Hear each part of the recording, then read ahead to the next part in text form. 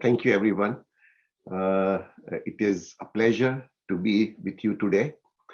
I'm going to cover a topic, pillars of wellness and longevity. My request to all of you is let's make this as engaging as possible. If you have any experiences that you would like to share, please raise your hand and we will, please share them.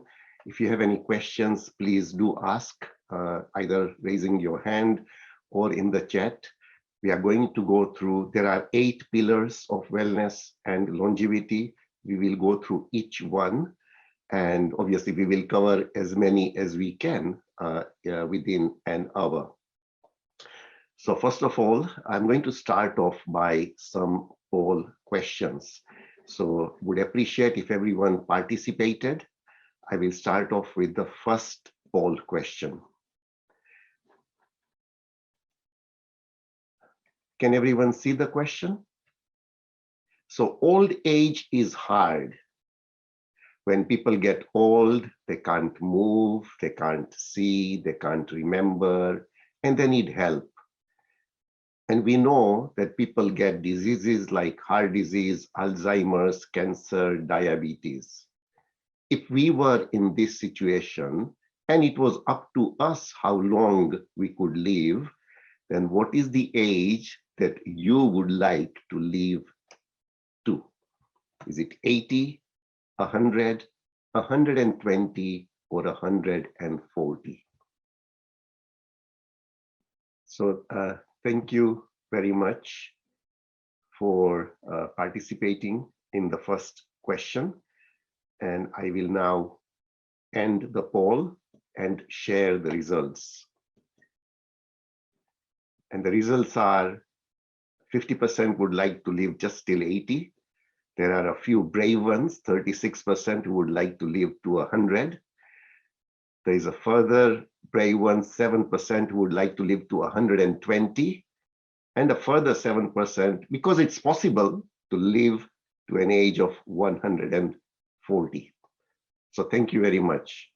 Now we actually go to the second longevity question, which is, if you could stay healthy till the end, and you've got friends, family, and you're doing something with purpose, whether it's community work, a job, and if it was up to you, how long would you want to live?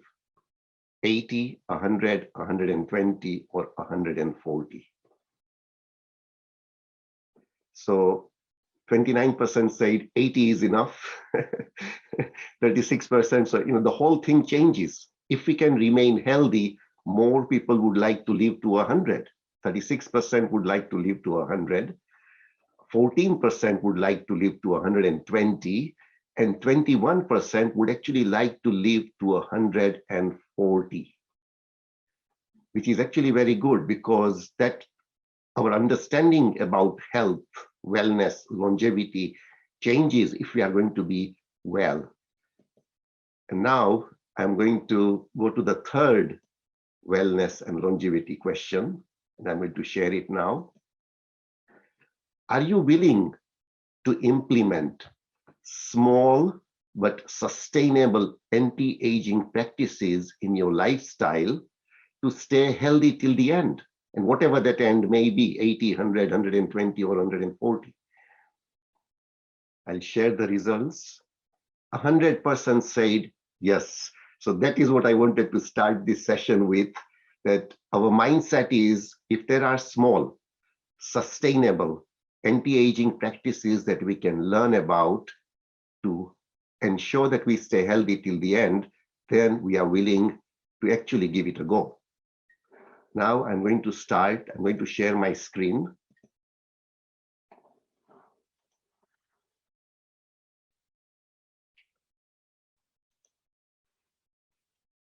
Just for clarification, this is not intended for medical advice. I'm not from the medical field, but people do tell me that I should have become a doctor. But anyway, this research is based on the work of scientists and medical professionals. If you do decide to make changes, If you will feel necessary, please consult with a medical professional. My presentation is based on my own experience and in no way implies that this is a universal cure, as I do understand that every individual is unique. Health is the most valuable thing that we have in life until we lose it. Time waits for no one. With every tick of the clock, we get older. However, we have two different ages. The obvious one is the chronological age, or the number of years since we were born. The other is the biological age. Inside our cells, a kind of a molecular clock is ticking too, marking the inevitable process of cellular aging, resulting in the decline of our body's function and appearance. While growing old is totally natural, a great proportion of our final years is being lived in poor health. We are more likely to suffer multiple age-related diseases, so our suffering and higher healthcare bills. Age-related functional decline is the number one threat to humanity. So if we look at the morbidities that we have as we age, anywhere, people from 50 start having 2, 3, 4, 5 morbidities. If we continue, at the age of 80, somebody could have up to 8 or 10 chronic illnesses. If we then look at the number of pills that people need to take as they age, someone over 70 could be taking a cocktail of up to 15 pills every day. And that means 450 pills per month, which could mean 5,000 pills per year. And that does mean a lot of side effects. So these are the hallmarks of aging. Scientists are trying to shift the attention of the medical community from optimizing lifespans to optimizing health spans, the part of our lives that we are going to be disease-free. Doctors have been taught to look at diseases as separate diseases: hypertension, heart disease, cancer, high cholesterol, etc., with essentially different protocols for each treatment.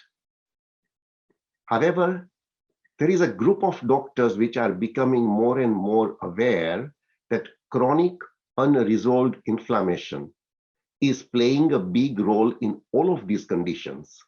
So when they start tackling the root of all these diseases, which is inflammation, patients start getting better. So they are now coming to a conclusion: it is better to focus on the root cause. Modern medicine is very 19th century, where diseases have been classified based on how they look at the end of the process. However, doctors and scientists are now realizing that the real underlying root cause of most diseases is aging. Scientists have realized that there is one unifying underlying cause for most diseases and disabilities on the planet, and we've been literally ignoring this for hundreds of years.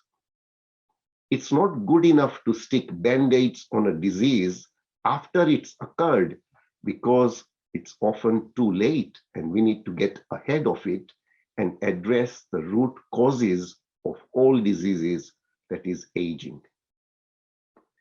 Modern health advances such as vaccines, antibiotics, sanitation have meant many more human beings living well into old age. But those once lethal illnesses like infections or fevers have been replaced by chronic degenerative diseases. These just don't manifest as disease until you go into your 40s, 50s, and later. But that later stage of life, usually an 80-year-old male may have 4 to 5 or up to 8 different diseases. So what is really happening is that all of the tissues and the organs are getting old, which means they are not functioning optimally anymore. You are becoming susceptible to breaks. Cells lose their way and they grow crazy, and you end up with cancer as well. The last 5 or 10 years of life is typically something that you would not even wish on your enemies, let alone your loved ones. You don't get heart disease typically in a 20 or 30-year-old. And the reason is that the tissues are young and they can rejuvenate and heal. So if you took somebody who is 50, 60, or 70, and if you could reverse their age, the majority of the diseases would just go away. And so aging is the root cause of all these diseases. We have given diseases different names, but really they are the manifestation of aging. So now we look at what the scientific research tells us about wellness and aging. It tells us that genes are responsible for only 20% of the diseases that we get. And epigenetic, meaning the lifestyle that we lead, is responsible for 80% of our health wellness. If you look at the cells, each cell has a set number of genes. In every one of our cells, there are the same number of genes, but the genes, not all of them are turned on. Some of them need to be turned on and others need to be kept off to determine that a cell in the liver actually functions as a liver cell, a cell in the brain functions as a brain cell. David Sinclair, one of the anti-aging scientists, started his research on yeast cells. So the question he had is, why do yeast cells grow old? And he realized that the reason they grow old is the genes which are supposed to be turned off start turning on. And within a week, when all the genes start turning on, they die. So this led to a discovery of a longevity gene called sirtuin, or silent information regulator 2. Then they discovered there are 7 of these longevity genes in our bodies, which we call them sirtuins. They seem to protect our body against diseases of aging. So there is a new idea about aging. As we get older, genes are switched on and off in the wrong way. And what is happening, which relates to the epigenetic changes, chemicals come in and stick to the histones, that is where the DNA is packaged in, and turn the genes on. It is this what we call epigenetic change, and this actually is reversible with lifestyle. So how can we reverse this? These sirtuins actually make proteins. And what do these sirtuin proteins do in our bodies? They clip off these chemical groups which have got attached to the histones. And now the gene that was on in the old person goes off again. And that's what the sirtuins are doing in our bodies right now. We will now, in this talk, we will look at the lifestyle that turns on defenses against these hallmarks of aging. It helps telomeres get less short.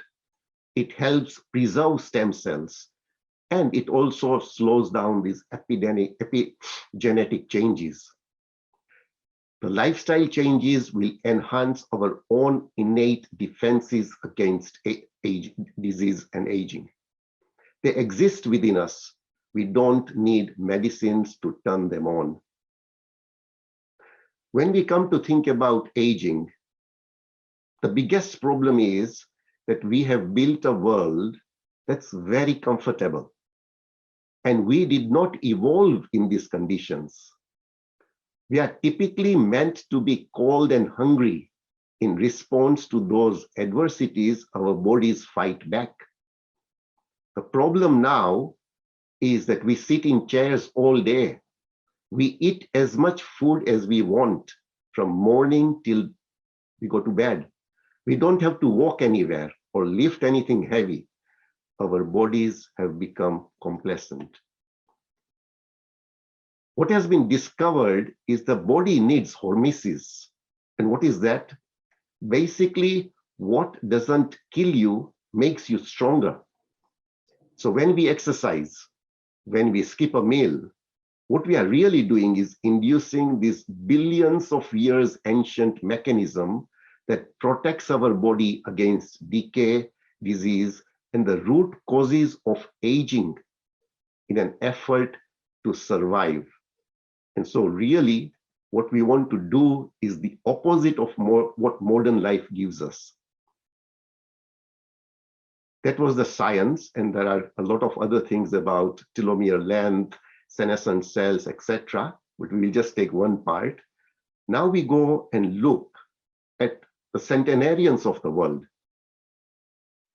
So for more than a decade, Dan Buettner, he worked to identify hotspots of longevity across the world. With the help of National Geographic Society, Buettner set out to locate places that not only had high concentrations of individuals over 100 years old, but also clusters of people who had grown old without health problems like heart disease, obesity, cancer, or diabetes. So the first one is surprisingly in America, Loma Linda, where the people in Loma Linda actually live 10 years more than their counterparts in the rest of US. The second blue zone is Nicoya, Costa Rica. They have a high number of centenarians in excellent health. The third blue zone is Sardinia, Italy, where they have 10 times more centenarians than the rest of the world. Ikaria, Greece, 1 in 3 will make it to their 90s in good health. Okinawa, Japan, they have 5 times more centenarians than the rest of the world. And just to give a flavor of the lives that these people lead, we look at Dr. Ellsworth Wareham, a 104-year-old doctor. No cancer, no dementia, no heart disease.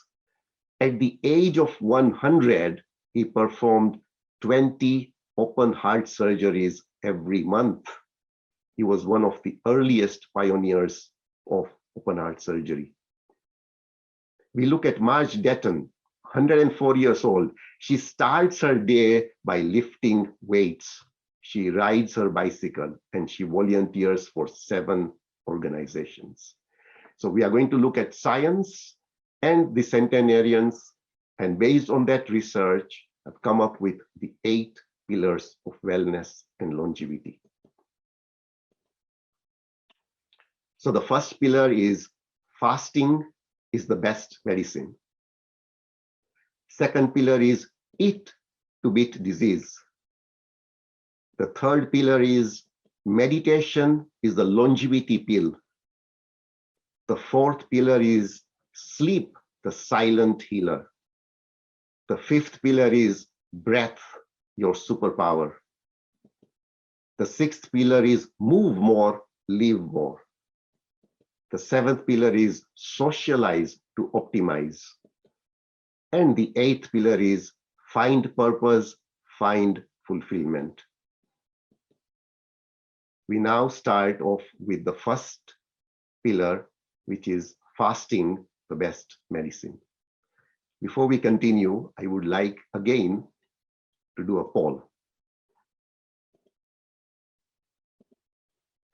Please let me know if you can see the screen, the whole screen.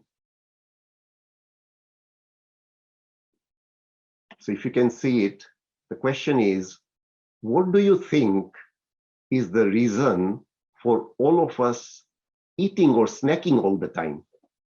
Is it addiction? Is it because we are stressed? Is it just a habit? Or is it just out of boredom?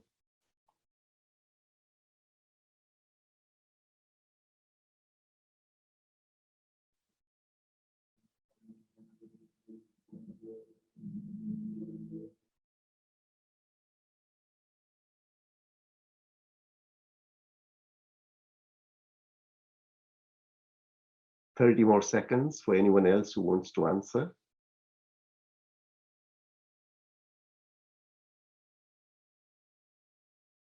Thank you. I will now share the results. And it is, and this is not surprising, because some of us can get addicted. Some of us eat all the time because we are stressed, and some of us have now just formed a habit, because it could have been because we were bored or stressed, and we've started eating all the time, and we just continue eating. It just becomes a habit. Thank you. We'll now go to the second fasting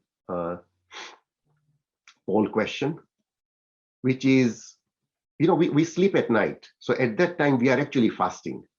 So how many hours on a daily basis from the time we have our last snack? And I used to be someone who would have dinner, and then after an hour, I just felt hungry, and I would have a Kit Kat, or I would have some chevro, or I'll have something or the other, and then go to sleep. And in the morning, when I wake up, the first thing that I need is my cup of tea. So it is between those two times, the last snack and the first drink with calories, is how many hours do we normally fast?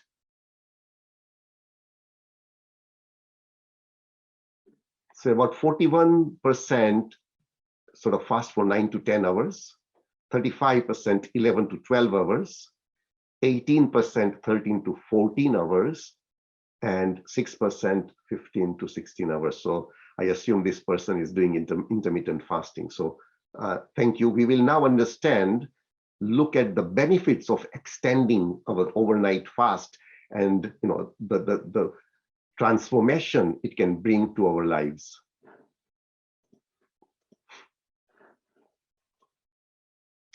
Fasting is just a normal body process.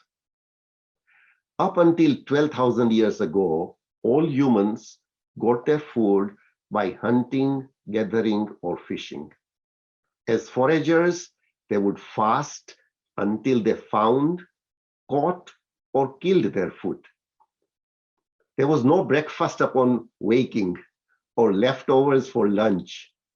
They ate opportunistically, consuming anything they could get their hands on. During periods without food, the body evolved to tap into fat stores for energy. For the majority of human history, people ate 1 or 2 meals per day. The current time-restricted eating or intermittent fasting patterns, like the 16-8 or POMAD, 1 meal a day, mimic this ancient phenomenon. Now we'll look at some experiments which the scientists have done. The first experiment is obesity and metabolic diseases. Do they result from purely from a high-fat diet, or the disruption of metabolic cycles? So what they did was they took 2 groups of mice, fed them the same diet, a high-fat diet. One group was allowed to eat all the time. The second group was allowed to eat only within an 8-hour time-restricted feeding window. However, both of them consumed the same calories.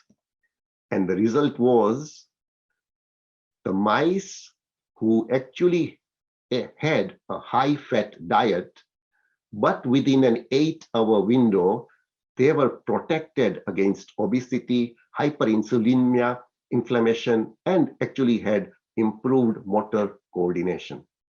So the first principle of anti-aging is when one eats is as important as what one eats. The second experiment which the scientists did was, what is more, we all hear that calorie restriction would help us have a healthy and a longer life. So the second experiment was, what is important, calorie restriction, or is it calorie restriction and fasting? So they took a group of mice, brothers, they split them into two groups. One was fed all the food and the other group was fed only 60% of that.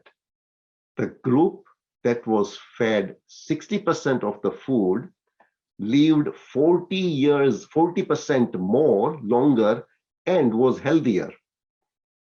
So one would normally assume that the mice who were given only 60% of the food, but they ate throughout the day. They actually tested this. The mice who were given 60%, but given 60% during the whole day, they were thinner, but they did not live longer. You need to feed them 60%, but in a shorter feeding window. And that's why another leading anti-aging scientist, Dr. Nir Barzilai from the Albert Einstein College of Medicine says, you need fasting to upregulate the mechanism against aging. We live in a world of abundance of food, which has resulted us in eating all the time. Dr. Pradeep Jamnadas, a Florida-based cardiologist who has more than 30 years of experience of putting in stents and doing bypass surgeries, is very, very keen in preventative medicine. But you would never expect a cardiologist to prescribe fasting to his patients. Yet, that is what he does. And his patients experience benefits ranging from weight loss to reversing diabetes to lowering blood pressure and cholesterol to increasing longevity.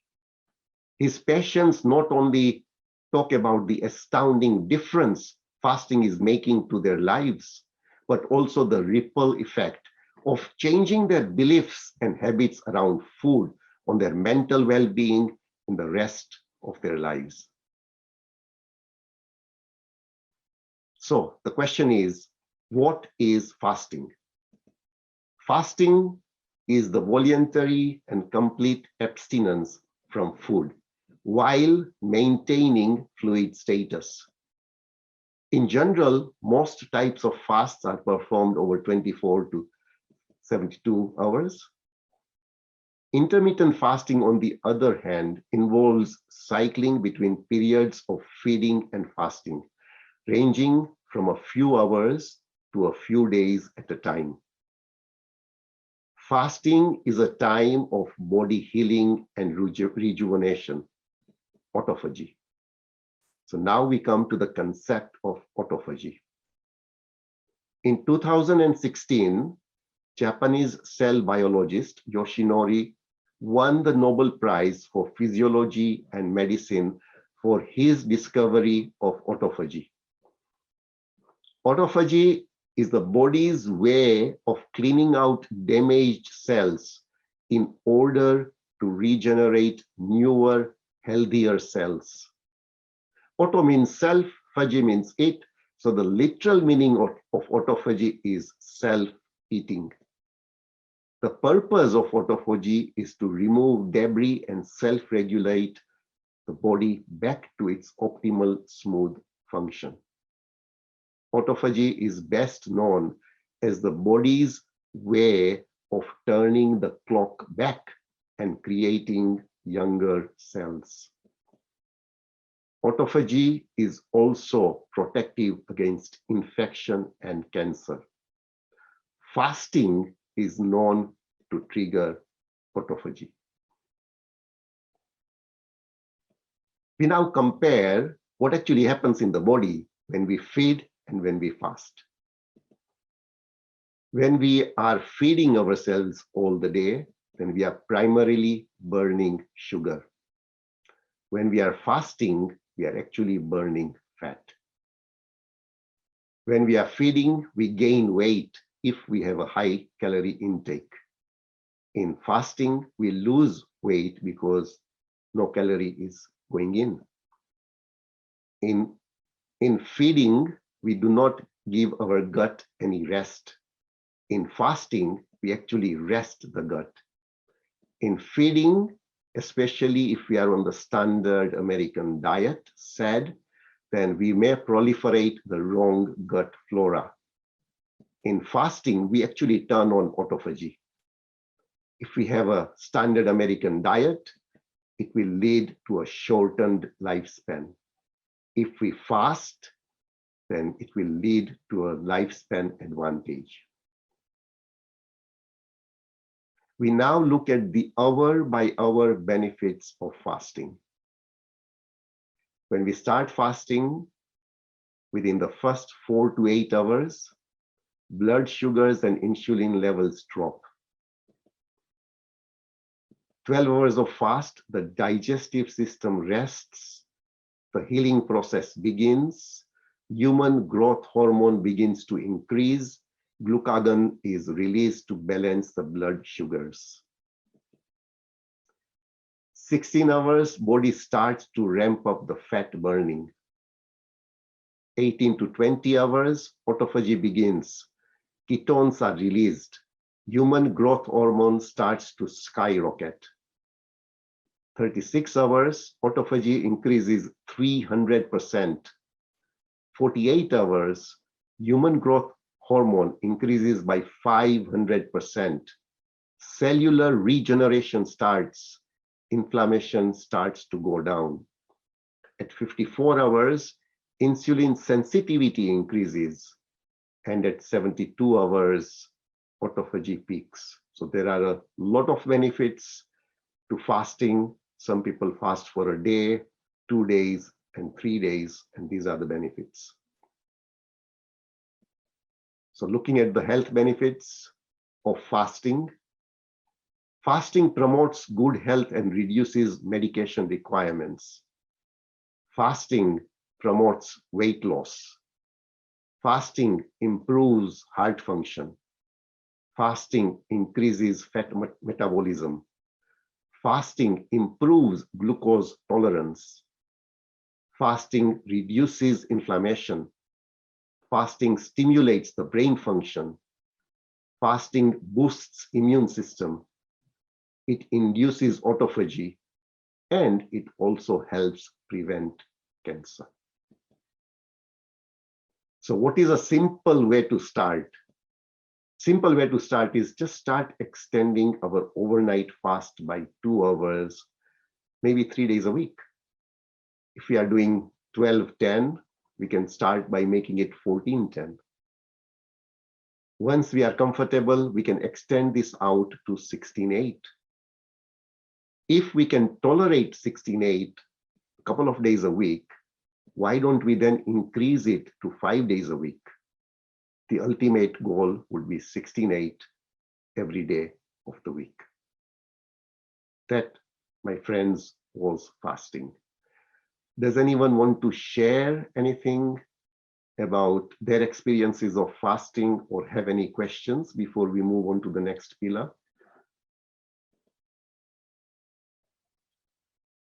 Feel free to unmute yourself, switch on your video if you would like to.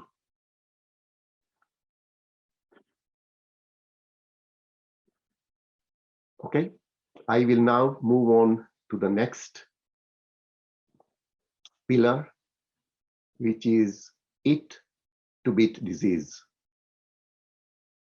So the first question we need to ask ourselves is food our fuel or something more? A lot of people think that food is our fuel, but what we forget is that it is also the raw material with which every single cell of our body is made of. it doesn't make sense to think that what we eat is not going to impact our health. It does so, and also profoundly. The food we eat should contribute to health and healing rather than to disease. When you have a diet and lifestyle-induced disease, what you put in your mouth can serve either as gasoline or water on the fire. When we are eating unhealthy foods, we are putting gasoline on the fire, and when you eat healthy plant-based foods, it can serve as water on the fire. These are decisions that each of us really make for ourselves. There is nobody that can eat or exercise for you. You are the captain of your own ship, and you have a responsibility to take care of your own body. So now let's go back to the centenarians, the 5 blue zones, and understand what is it that they eat. 95% of their food comes from a plant. The best of the best longevity foods in the blue zone diets are leafy greens, such as spinach, kale, beet, and turnip tops, chard, and collards. 50 to 80% of their calories come from carbohydrates. But the important thing to understand is they don't eat refined carbs. Secondly, they have a daily dose of beans. They eat at least half a cup of cooked beans daily. On average, people in the blue zones eat at least 4 times as many beans as we do. And the third thing they do is they snack on nuts. They eat 2 handfuls of nuts per day. Nut eaters on an average outlive non-nut eaters by 2 to 3 years. So what is the power of a plant-based diet?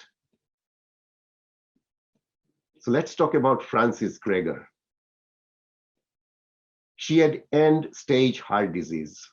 She had already had multiple bypass operations. She went to the cardiologist and they said, you do not have any more plumbing left in your body to do a further bypass. Unfortunately, you have to go home and wait to die. This was at the age of 65. She went on to a plant-based diet and exercise. Within 3 weeks, she no longer required a wheelchair. She could walk for 10 miles every day. She lived a further 31 years on plant-based nutrition. So what does Neil Bernard, the president of the Physicians Committee in the US, say? If you change your diet to a plant-based diet and do it very vigorously, you have enormous power. You can reverse heart disease. You can prevent it. Dr. Caldwell Esselstyn, author of How to Prevent and Reverse Heart Disease, says, once you start eating plant-based foods, you make yourself heart attack proof. We know that people who eat this way will not have a heart attack. This statement is so bold. If you think about it, what is the #1 killer disease in the whole world? And that is heart disease. So if people started eating whole food plant-based diets, then he says you will never have a heart attack. Heart disease is a foodborne illness that we are never going to end this epidemic with stents and bypasses and drugs, because none of that is treating the causation of the disease. So what do we eat in a whole food plant-based diet? Fruits, vegetables, whole grains, pulses, nuts, and seeds. So most of the people on this talk today are vegetarians. So is there something that we are doing wrong? So if I look at my life, the thing that I was doing wrong was I was a vegetarian, not obviously a vegan. So one was milk and a lot of dairy and cheese and other milk products. The other thing that I was doing wrong was a lot of processed foods, processed carbs, and everything that you can find in a packet. That is what I was eating. So by leading that sort of a life, we are not going to get benefits of a plant-based diet. It has to be whole food, plant-based diet. Now we look at the health benefits of a plant-based diet. The first health benefit is it's going to promote good health and reduce medication requirements. It is going to lower BMI and body fat. It is going to lower overall mortality. It will reverse coronary heart disease. It will prevent and reverse type 2 diabetes. It will reduce the incidence of hypertension and high cholesterol. It will improve symptoms from chronic illnesses such as gout, rheumatoid arthritis, and multiple sclerosis. It boosts our immunity. 60% of our immunity is in our gut. It will prevent autoimmune disease, and it will prevent many cancers. A team of researchers at the Loma Linda University in the United States did a survey, and they looked at vegetarian men versus non-vegetarian men. It was very clear that the vegetarian man lived 10 years longer than the non-vegetarian man, 83 years compared to 73 years. Friends, I'm now going to stop sharing. We've covered two of the pillars. One is fasting, the best medicine, and the second one is eat to beat disease. If anyone has any questions or would like to share any of their experiences, please feel free to unmute yourself and share.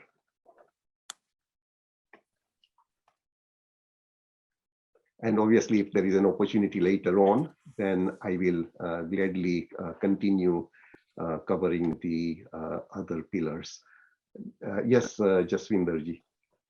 Good morning. I became vegetarian about 4 years back, and I was but I was pescatarian, thinking fish is very good for you. But a year back, when I went into meditation and had a talk with, got the chance to talk to Patriji, Brahmashi Patriji, then that day I decided, no, I have to become total vegetarian, and I'm trying. And with Dhiren sir from PMC Gujarat, I did the course, 2-week course of Goli Ko Goli Maru, and that has been the literal life changer for me.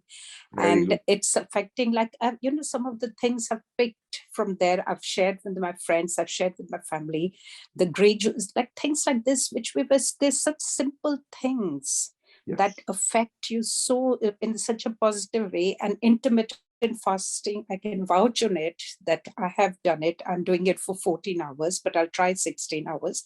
But I'm having good weight loss and I'm feeling energetic. So I would advise it to anyone who's hesitating. It's very easy to do, really. Very good. No, thank you. This is and anyone who does it is just going to experience the benefits. And yes, the Goli Maro Goli, the tips that he does give are all very, very good. He is talking about some raw food, some cooked food. He's talking about intermittent fasting, enema, and all of those things it just transforms one's lives. And if someone did have a few chronic illnesses like diabetes, high blood pressure, high cholesterol, they do disappear within a very, very short period of time. Wow, that's true. That's true. Thank you. It's very interesting, a session, actually. Thank you very much. Anyone else? So there are a few questions in the chat. Do we take cooked plant-based diet? Cooked is steamed, cooked, and salt, pepper to test. Yes, that is absolutely fine, Jagdishji. Absolutely fine. Cooked food is fine. However, having said that, if having one big salad every day as one of the meals does do its wonders as well. There is a saying, in Gujarati, saying "Kacha te sacha, kachu te sachu, randayu te gandayu." So what it says is, the true food is raw food, and once you cook it, actually, it loses its enzymes and everything else. But having said that, if we can incorporate just one big salad every day, that would really, really help us. The second question is from Dilpreet. Plant-based diet is excellent. We did for nearly 6 months, but it's tricky to follow as a family with kids. So yes, you're right, it is tricky, but it is also, inspirational. We can follow the plant-based diet, and the kids can have what they have, and it will be an inspiration to them as well. The recording to be shared, I leave it to Basu to then talk about that. Thank you. Anything else, anyone?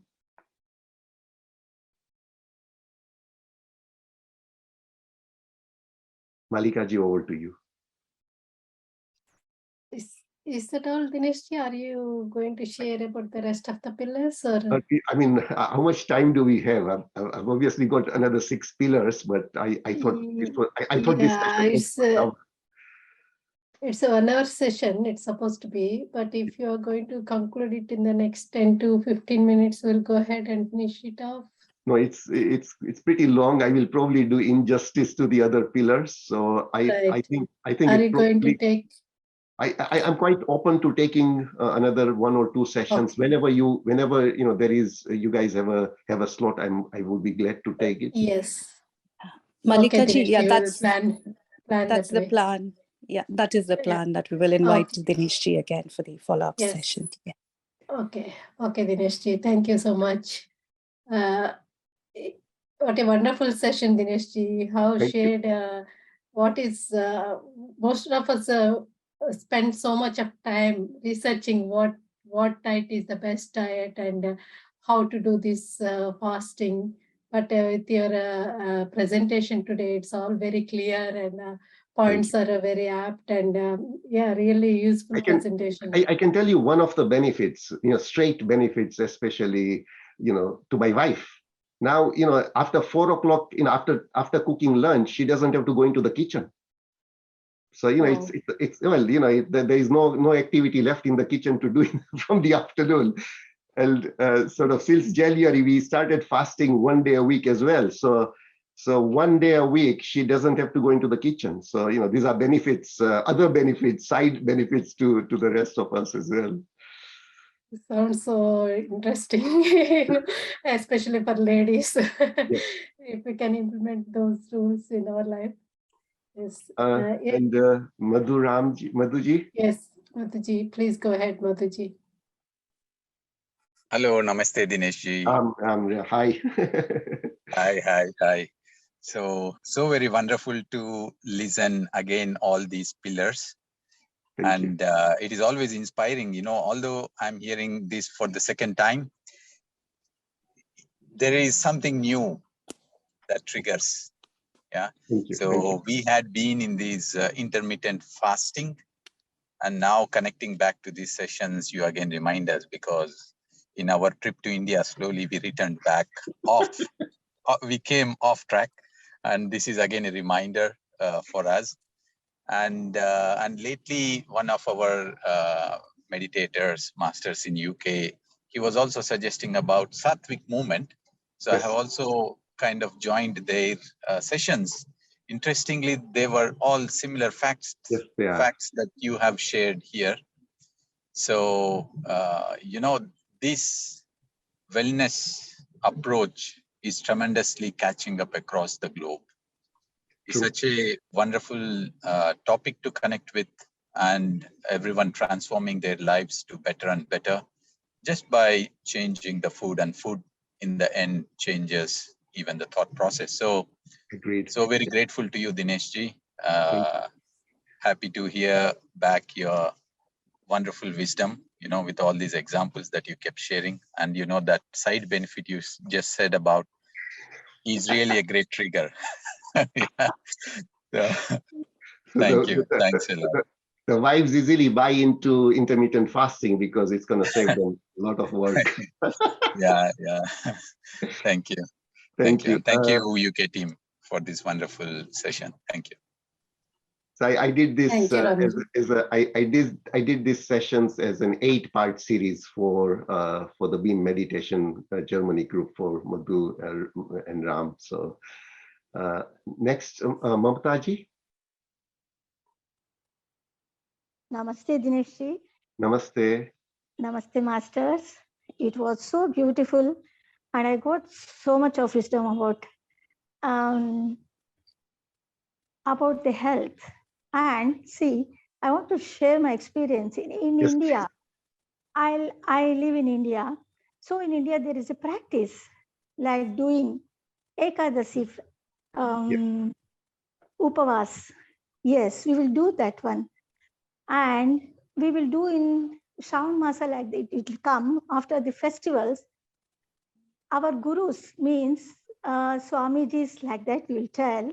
They will preach teachings and they give wisdom in some ashrams like Sri Ramakrishna Paramahamsa ashram or maybe any ashram. I used to go, and there is a system in our family, maybe in Karnataka, maybe so. See, they will celebrate like Chaturmasa, means 4 months. We must not just our elders in our house and everyone taking the kids also. We used to not eat onions or garlic for 4 months. very good. And every evening, we used to go for ashram to hear the wisdom about spirituality, maybe any subject. There will be for 4 months Bhagavad Gita or Patanjali Yoga Sutra. Like that, there will be subjects like that. So I am so happy that our Hindu customs means Hindu practices that's so natural. From the child, everyone, they do these practices. So this is what you explained today. I came to know our system means our practices, what our elders have done. So thank you for our elders, and thank you, universe. It gives every moment. And thank you for reminding this one. As I'm a housewife, I don't know about all this explanation, what you have done, but it was so beautiful. I enjoyed it. And every point you explained, that's the experience I'm getting from you. All the sessions in Beam family, if I was not able at the time, I have to I have to read and collect YouTube also. So thank you so much, Dinesh. Thank you so much, everyone. Thank you. Jaswinderji again. Sorry, one thing I wanted to check. I'm doing intermittent fasting, but Yes. is it still advisable to do a once a month or once a week full day fast? Would that benefit, or intermittent fasting is enough? So this is all up to the individual, how much and what one wants to do. Personally, we have found the 1 day a week fast very, very beneficial, but that does mean a lot of weight loss. So I since January, I've lost a lot of weight. So I probably now need to slow it down because, I don't want to go to the other end of the BMI. I'm already, my BMI is only 20 right now. So I don't want it to go below 18. But it is actually very, very, doing a longer fast will trigger autophagy, and all the other benefits of autophagy will so perhaps the doctors who actually prescribe fasting, they say that doing a 3-day fast twice a year is quite beneficial. So if we can link it to the 2 Navratris, Chaitra and the Navratri before Diwali. So, we could do a few days fast in those Navratris, and that just sort of links in with the, our celebrations, as well as giving the body a good detox. Good rest. Okay, thank you. Thank you so much. Thank you. Malika ji. Yes. Yes, that's wonderful tip, Dinesh ji, linking with the festivals so that we would not miss it. And yeah, thank you very much for the wonderful knowledge that you have shared today. And friends, we'll share this. We need to upload this in the YouTube channel, this recording, and we'll share the YouTube link with you also. And once you got the link, show it to your family and take off from the kitchen. There is Dilpreet ji has said there is a kitchen strike today. So yes. Please, all the mails don't come to me. I was not the instigator of the strike. Yes. Thank you so much for the wonderful wisdom, Dinesh ji. We thoroughly enjoyed, and it's very useful knowledge we all should know. And yes, as friends, thank you very much for being here today. Hopefully, we'll see Dinesh ji soon. We'll plan the next session and let you all know. Yes, friends, thank you. Thank you, Dinesh ji. Thank you. Okay, friends, bye, friends. See you all next time. Until then, take care and keep fasting.